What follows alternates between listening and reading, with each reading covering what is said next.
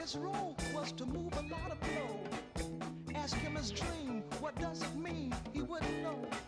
Can't be like the rest, it's the most he'll confess.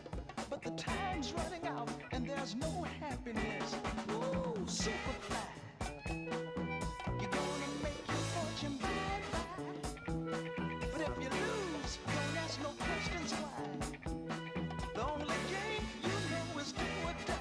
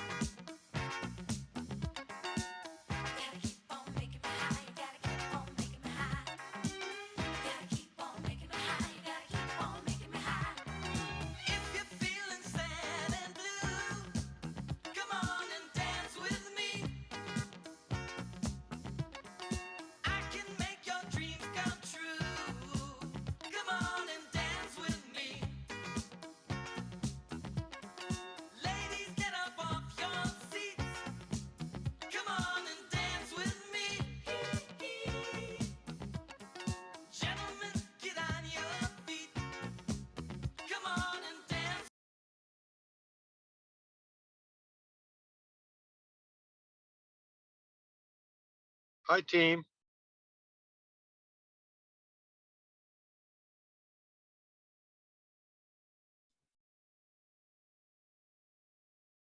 Hey, everybody. Hi. Welcome. Welcome, everybody. Thanks for joining us at what I've come to think of as my silver linings playbook. Every time the Supreme Court rules on the right to choose, I think, well, I can hold out till the next Fund Her event and restore my faith in humanity. And hopefully that's what will happen tonight with the extraordinary people that Fund Her is invited to speak with you, Kris Mayes and Michigan Attorney General Dana Nessel. If the last 4 years of the last administration and the election and then January 6th has taught us anything, it's that our democracy means nothing. The fancy words in our Constitution mean nothing. All the concepts of liberty and justice mean nothing unless the law holds. And that has taught us the importance of having in power in the Attorney General's offices of all the states, somebody who believes in upholding the law. And as an example, in December 2020, there were 17 lawsuits filed by attorney generals around the country to invalidate not just the elections in their own states, but in other states. And those were filed by 17 Republican attorney generals who were not upholding the law, who had no and as you've heard, over 60 of these things were dismissed out of hand because there was no validity to them. One, I think, law professor described this as lawsuits to try to vindicate the rights in other people's states, not their own. And as our country becomes more and more divided, it's become more and more important to have a good AG in office in your state. It's interesting that the United States did not elect its first female attorney general until 1984. And in the two states where these women are running, there was not a woman attorney general until 1999. So we keep thinking we've made so much progress, but that was just 20 years ago was the first attorney general. And you may know the names of the attorney generals the first female attorney generals in their states. In Michigan, it was Janet Napolitano, in Michigan, it was Jennifer Granholm. And in Arizona, it was Janet Napolitano, both who have gone on to have wonderful careers in politics and have done wonderful things after being attorney general. Let me tell you who we've got here tonight. And let me start with Kris, who has stepped up to run for attorney general in Arizona. And both of these women are in battleground states where the fight is not easy. And so they could use all the help you can give them. Kris was raised on a tree farm, of all things. Maybe you'll tell us a little bit about that. Her mom was a teacher. Her dad was a pharmacist. I share something with both of our guests tonight. She started off life as a journalist, just like I did. And although I'm jealous because in one of her early jobs, she got to be down in South Africa and cover the end of apartheid in 1993, which must have been a fascinating time down there.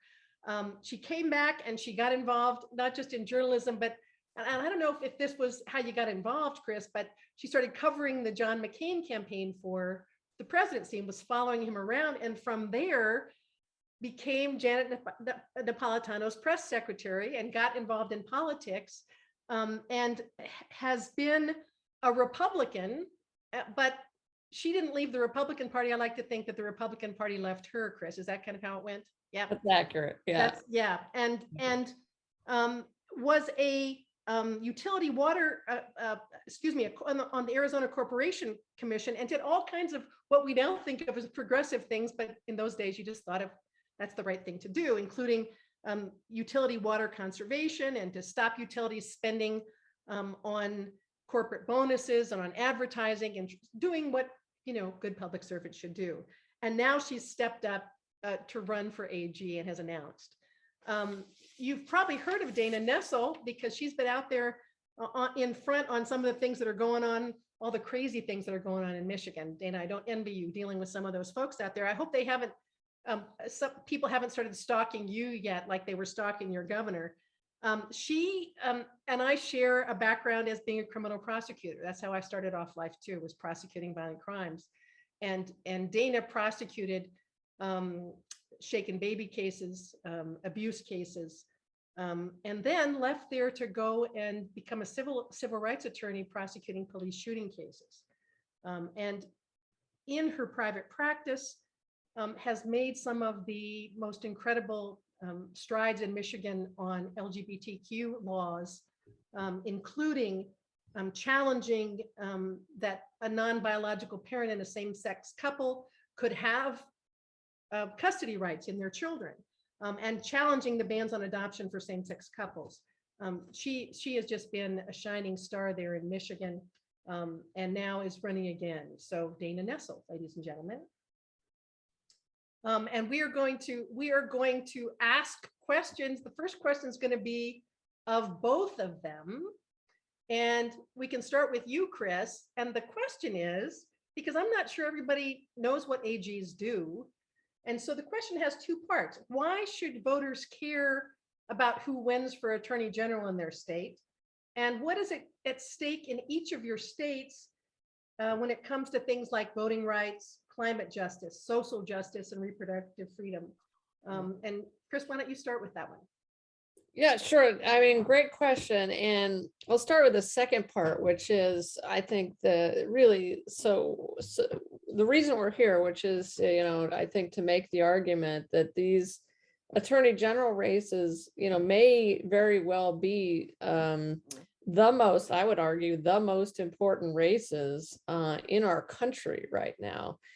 Because in a state like Arizona and Michigan, especially places like Georgia as well, we are the last line of defense against much of the insanity that is happening in our state legislatures and in our governor's offices, especially around things like voting rights, the attack on our democracy, the attack on reproductive rights. In my state, the total failure of the Republicans to address climate change, and their abandonment of the core duties of these offices, the kinds of duties that Dana has been doing so well and doing so incredibly competently in Michigan.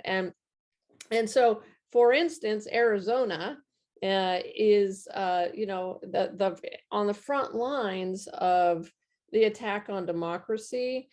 We are the place where the Republicans did the first, I call it fraudit, the first so-called audit after the 2020 election. How long did that go on? It went on for months and months and months. It's still not over. Our Republican attorney general is still investigating. Oh my God. And so if we had, for instance, a Democratic attorney general in place, we could have sued to stop that. During this fraudit, we had a situation where the Republicans literally hired an outfit called the Cyber Ninjas to do the audit, and then sent Arizona voter data to a cabin in Montana. Arizona voter data to a cabin in Montana to be so-called analyzed. And then our Republican Attorney General, Mark Brnovich, threatened to defund Maricopa County. These are the guys who are threatening to defund the police. He was threatening to defund Maricopa County if the county didn't turn over sensitive law enforcement servers to the cyber ninjas, which our sheriff thankfully refused to do, and the county refused to do. So, these core issues, of course, I know we're going to talk about reproductive rights, but Democrat attorney generals are on the front lines of this. And we are the office, the entity that can file the lawsuits to stop it. And that's fundamentally why I think voters really, really need to focus on AG's offices this year. Thanks, Kris. Attorney General Nessel, what do you say to that? Why is your job important? Well, I would completely echo Kris's statements. Let me start with this. When I ran initially, it was my first time running for office at all, and I was stupid enough to run for a statewide office, my first time ever running. But it was because I wanted to do everything in my power to fight back against the trespasses of the Trump administration. And what I learned is that as a state AG, I could sue the federal government, and just on my own, I could get injunctive relief that would affect the entire country. So what I did in concert with other Democratic AGs is we sued the Trump administration dozens and dozens of times. And what you might not know is that we were successful in 86% of our lawsuits, which, think about all the horrible things that happened during the Trump administration. But then now just imagine if we had lost, the bulk of those cases, and we did not. So we forestalled some of the worst policies going into place. And I'm proud to say that it was myself, along with the other Democratic AGs, that defended the Affordable Care Act. We are the only reasons that the ACA is still in existence, because it was the Republican AGs that sued in order to undermine the ACA, and in an effort to have it struck down. And because the Department of Justice refused to defend it, we had to do it, and we were successful. But beyond that, as Kris noted, quite honestly, if you are from a state that's not Arizona and not Michigan, and you're thinking, why should I support these individuals? What do I care? What do I care who the attorney general is in some state that I might never have even visited? Although you should come to Michigan, our lakes are beautiful. But irrespective of whether you ever plan on stepping foot in my state, here's why you ought to care. 3 words: the Electoral College. And as we know, the presidential elections come down to, not really California or New York. it comes down to just a handful of swing states, including my own. So up in 2022 are the AGs for these pivotal swing states: Michigan, Wisconsin, Nevada, Georgia, Arizona. And let me say this, the last time around, when we had all of these challenges, we had Democrats in Michigan, Wisconsin, and Nevada, even though we were sued dozens and dozens of times, we were able to ensure that our elections were properly certified. In Arizona and Georgia, I think that the Republicans there just didn't understand what was happening to them. And so, those were individuals that did the right thing then, but they're not going to next time. They know the playbook, and they know that the only people who will get elected as attorney general in those states as a Republican are if they are willing to do Trump's bidding. So what it comes down to is this: whether it is lawsuits by Sidney Powell, which not only did we win in Michigan, but we got her sanctioned, and I testified against her at her Attorney Grievance Commission hearing in an effort to have her disbarred, and that is continuing to move forward. Whether it's lawsuits from the likes of Ken Paxton in Texas, trying to decertify the elections in the swing states, but for the fact that we had defenders of democracy in these pivotal positions of attorney general in the swing states, even though, of course, we know that Joe Biden won by a large number of votes nationally, it would not have mattered. And ultimately, Donald Trump would have been fraudulently reelected had it not been the good work of the attorneys general in the swing states. And so that's why it's so critically important that you make sure that people like myself are reelected, and people like Kris are put into those crucial, critical, pivotal offices. We won't have a democracy anymore if we are unsuccessful in that. And I think that's not hyperbole. I mean, I think we are at a inflection point right now, and it's more important than ever to make sure that the law holds, because if it doesn't, we're going to lose everything that we care about. AG Nessel, one of the things that you have cared about and taken a strong stance for is gun reform in Michigan. And I understand you've been working to close loopholes at the federal and state level and advocating for common sense laws to be enacted. And you've had your own shooting there in Oxford as well. Can you talk about the opportunities you see going forward to drive forward gun reform and common sense laws to deal with the gun problem? Well, it's important to note that the attorney general in our state, this is not universally true, but it's true for most AG offices. I'm the top law enforcement official in my state. So I have superseding authority over all the 83 county prosecutors and the sheriffs and the municipal police. And, with that authority, not only do I have statewide jurisdiction to file a case, but I can also file any civil case at all, as long as it's in the best interest of the people of my state.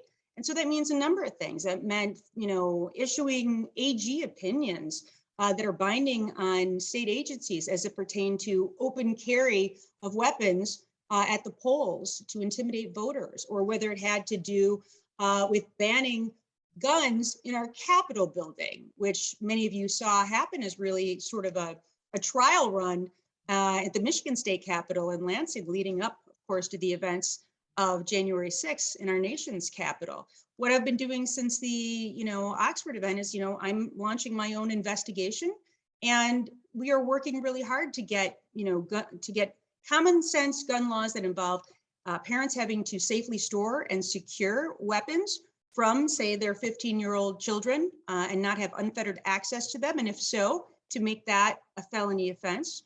And, raising the age at which you can purchase a weapon. I just can't believe that in our state, you can purchase a deadly firearm at the age of 18, but you can't buy a Budweiser until you're 21. Is illogical. It makes no sense whatsoever. And we don't have, basic background checks that other states have, and the list really goes on and on and on.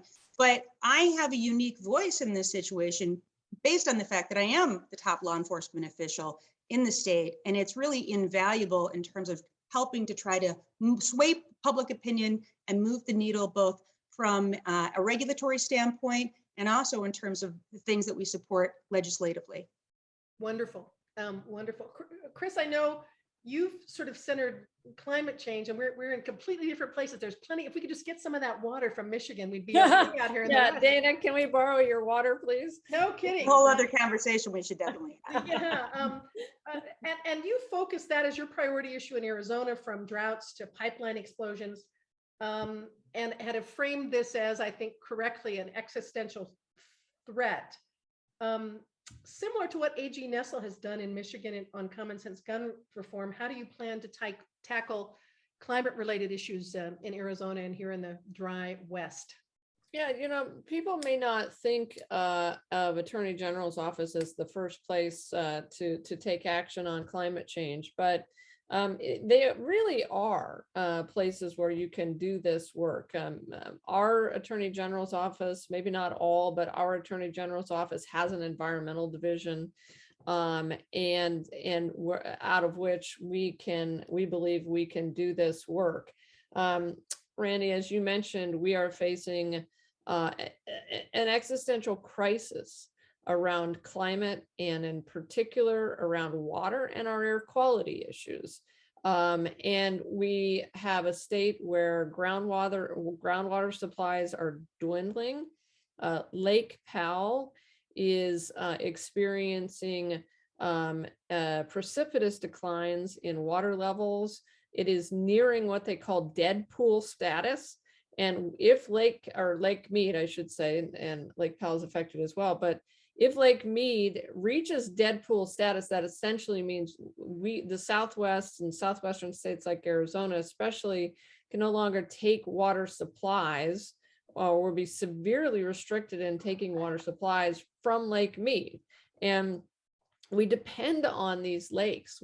Our states depend on the snowpack coming from the Rockies and from the Sierras. And so we have to have all statewide officials, including AGs and governors, working on this issue. And so, the entire Southwest is experiencing a severe aridification.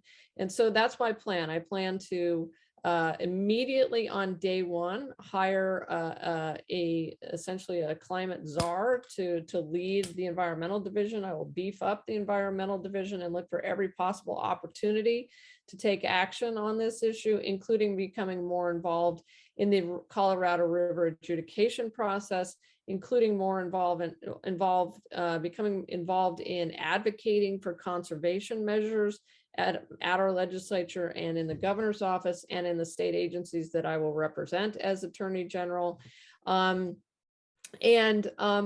also going after some of these the failure of our legislature and the current AG and other entities to enforce groundwater laws. So it's really something that a couple of attorney generals so far have done, but in a state like Arizona, that's really, really in the bullseye of climate change, AGs really have to start considering taking stronger action on. That's wonderful. Now the tough one that worries all of us women, Michigan and Arizona are both states that have pre-Roe abortion restrictions. And luckily, New Mexico just a year ago got rid of ours. We've had one for years that they've been trying to get rid of and finally got rid of a year ago. Those abortion restrictions would be triggered if, as we expect, the Supreme Court overturns Roe versus Wade. If Roe, well, I should say if, when Roe is overturned, I'm going to say, because I don't think it's an if after that last argument, what's the role of an attorney general in protecting the fundamental right in each of your states? And why don't you start, Dana, why don't you start first? Okay. Well, what's the role of the AG? It's incredibly significant. We have this antiquated abortion law from 1931. It was never repealed.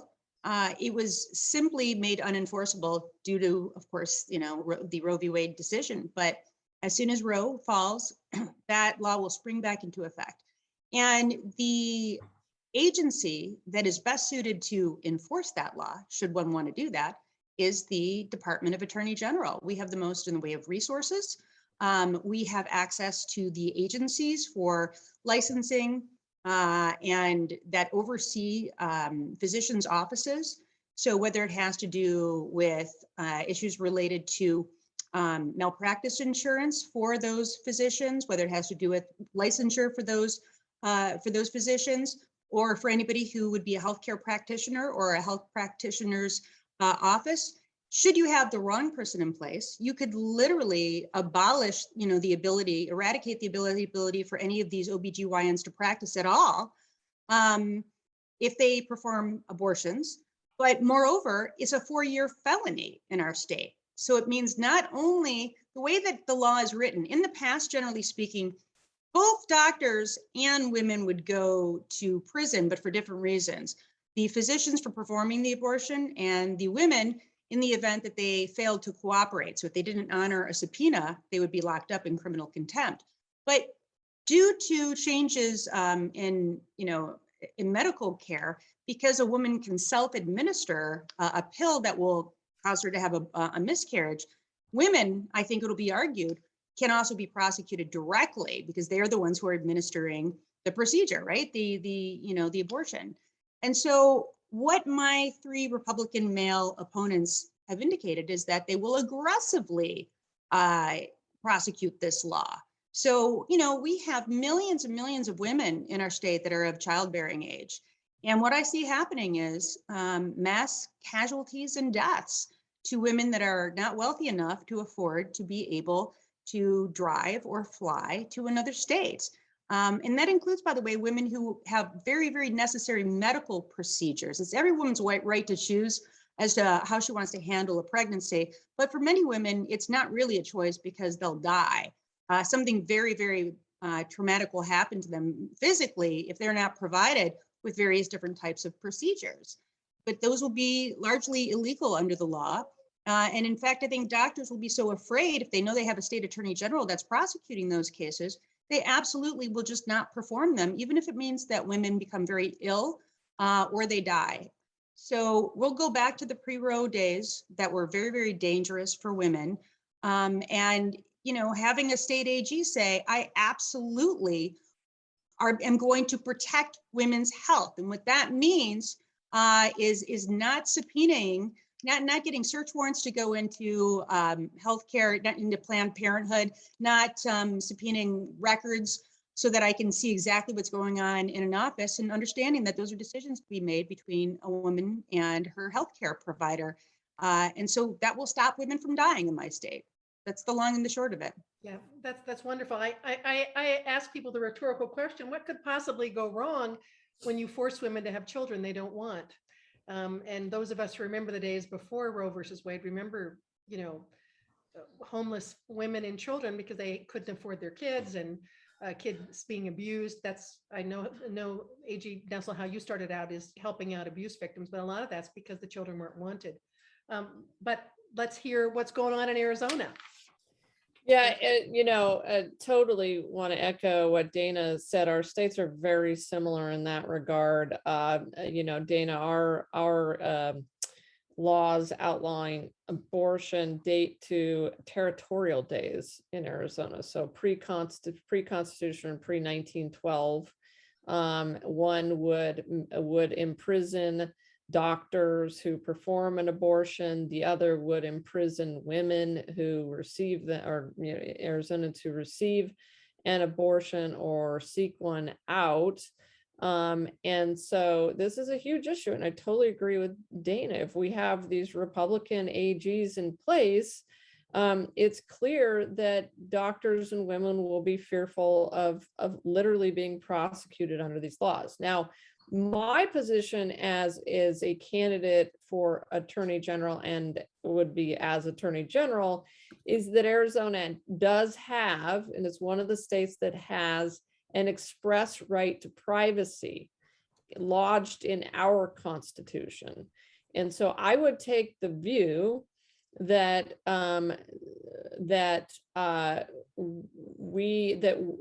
abortion remains legal in Arizona, regardless of what happens at the Supreme Court. I know my Republican opponents would not take that view. And then there's just the more practical elements of, I will just not prosecute women or any Arizonan seeking an abortion, or any doctor. So, you know, in Arizona, we have this I think we would have a constitutional debate over this issue, and in particular, the express right to privacy, and possibly also due process clause in our Constitution. I would also strongly discourage, if not find ways to prevent county attorneys, Dana mentioned this, from prosecuting these cases as well. We have that sort of same supervisory role that she was talking about in Michigan, here in Arizona. And so there's just this is again why these AG's offices are so critical this year, as if they weren't critical for, you know, protecting democracy. And Dana really starkly and brilliantly laid out that case, which is literally our democracy could hinge on these particular AG's rights, but so will reproductive rights, as the Supreme Court essentially throws this issue back to the states.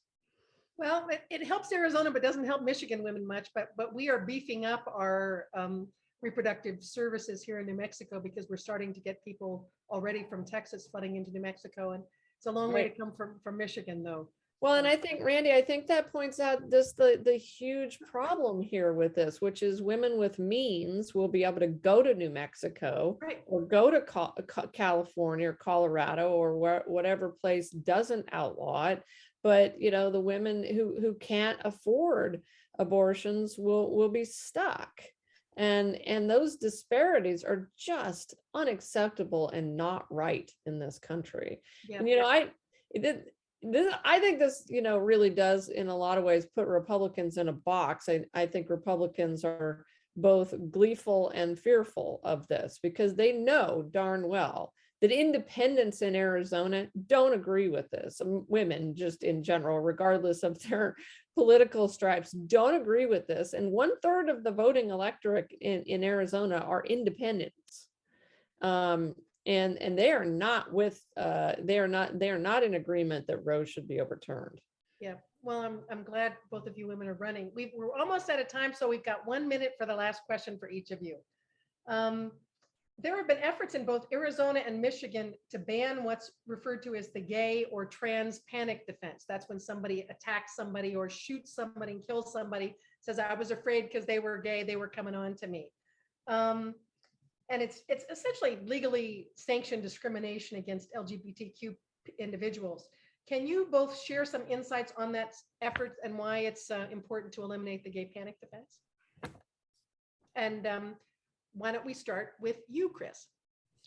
Yeah, so I mean, it's just obviously a terrible defense, and you know, the American Bar Association, I think back in 2013, called on states to eliminate it, to get rid of it through statute, and in Arizona, and of course, it's completely unacceptable to have as a defense homophobia, transphobia. It's absurd. I think most Arizonans, most Americans would agree with that. Obviously, this issue began with the Matthew Shepard case. But in Arizona, unfortunately, we've got still a Republican legislature and a Republican governor who have failed to even bring up at the committee level the legislation that would be needed to ban this defense. And so I know the LGBTQ caucus in Arizona is trying to get this through, but so far has failed. AG Nessel. So actually in my prior life before becoming Attorney General, one of the things that I did is I founded and was the president of a nonprofit named Fair Michigan. And we actually exclusively investigated and prosecuted cases that involved hate crimes against the LGBTQ community. And we would go into communities. Obviously, we had to be invited in by the local prosecutor, who would then make us a special prosecutor in that jurisdiction and try to help solve these offenses because there were so many of them and there were such a large number of homicides, especially against transgender women of color, but also many others as well. So what we would routinely see is that was generally the defense. 9 times out of 10, I would see that as the defense. And I thought, God, if every time a man made, catcalled or made an unwanted advance on a woman, the woman is allowed to shoot him dead or stab them to death. Let's just say we would have no issue banning that as a sort of defense, right? But yet we allow it when it comes to these kinds of cases. So obviously we've worked vigorously to, I have a hate crimes division in my office. It's actually now hate crimes and domestic terrorism based on unfortunate events of 2020 that caused us to have to expand the work that we were doing in the office.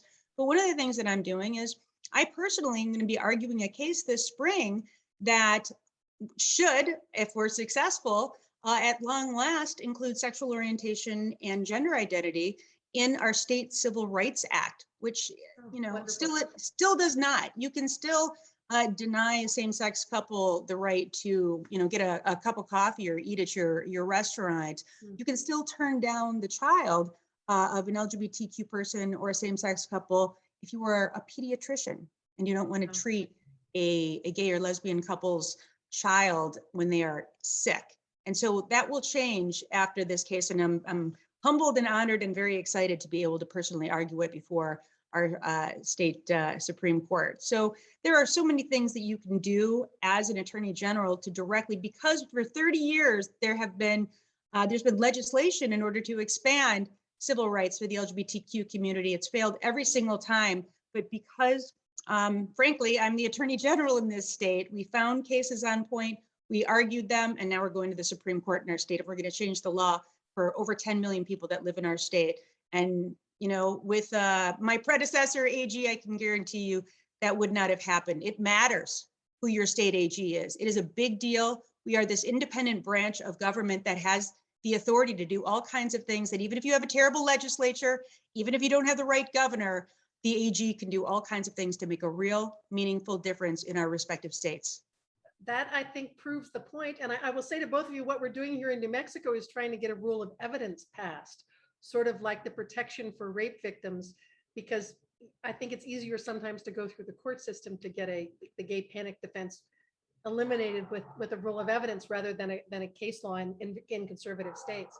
Anyway, this has been such a wonderful discussion. And I want to thank Fund Her and Meryl and Valerie McGinn, who I'm going to put on right now, for making this possible and bringing these wonderful candidates to the attention of women who can help support them. And Valerie, do you want to come on and say something? Yeah, absolutely. Randy, thank you so much. Thanks to you, to Kris, Attorney General Nessel. That's a wrap, everyone. You just heard 3 of the brightest minds in the country.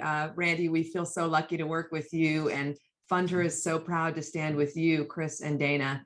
I don't know about you, but hearing this sobering yet inspirational discussion for me makes me feel even more motivated to do the work that lies ahead.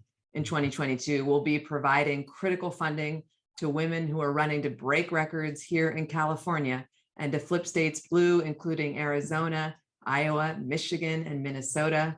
I want to thank all of you for joining us tonight. All of you, of course, by virtue of the fact that you're here, are already sponsors and leaders in the work that we do. And because of your support, we've now helped elect 37 women in 5 states, 70% of whom are either women of color or of the LGBTQ plus community. And that's just a future that I feel so lucky to be a part of, a future that we want to continue to build.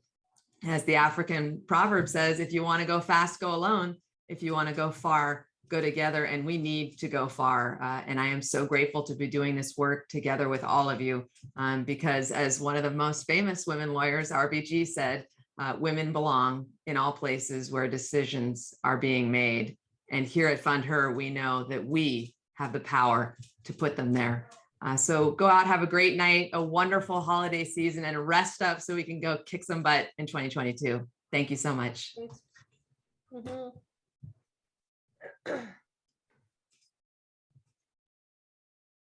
Thank you so much. Really appreciate it. Thank you. Bye. This is great.